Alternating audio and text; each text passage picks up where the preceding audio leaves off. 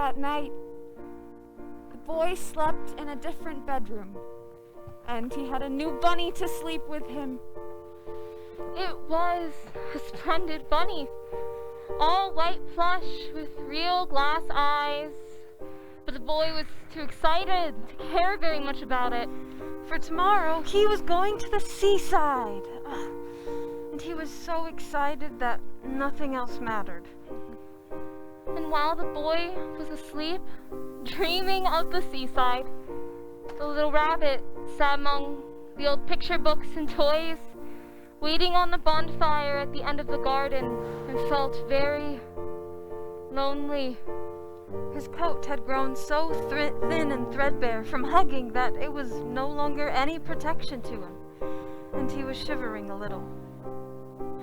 Nearby, he could see the thicket of raspberry canes growing tall and close, like a tropical jungle, in whose shadow he had played with the boy on bygone days.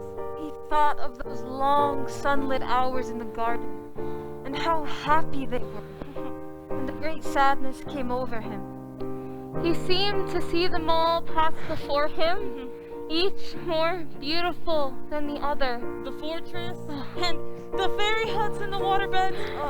Quiet evenings in the wood when he lay in the bracken, and the little ants run over his paws. The wonderful day when he first knew that he was real. He thought of the skin horse, so wise and gentle, and all that he had told him. Of what use was it to be loved and lose one's beauty and become real if it all ended like this? And a tear, a real tear, trickled down his shabby velvet nose and fell to the ground. And then, something strange happened.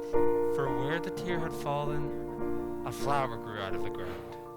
A mysterious flower, not at all like any that grew in the garden.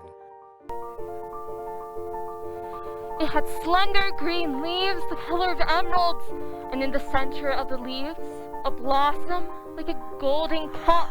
It was so beautiful that he just sat there watching it. And presently, the blossom opened, and out stepped a fairy. She was quite the loveliest fairy in the whole world.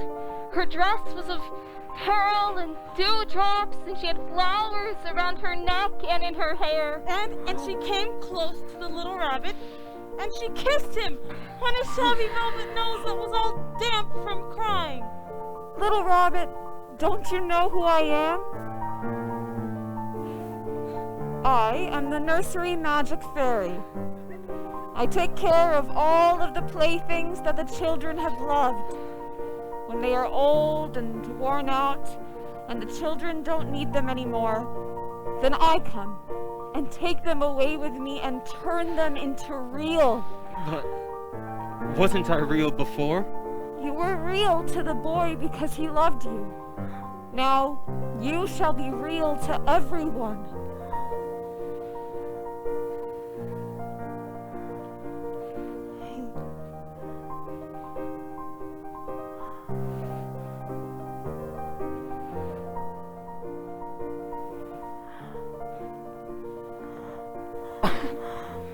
I'm real. Whoa!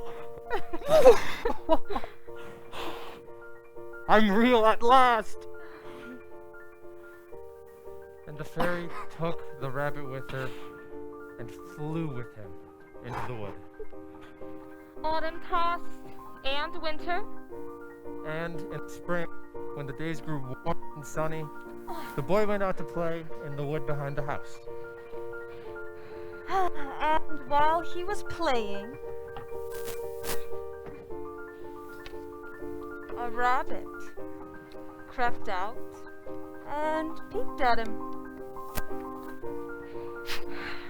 And about his soft little nose, And his round black eyes.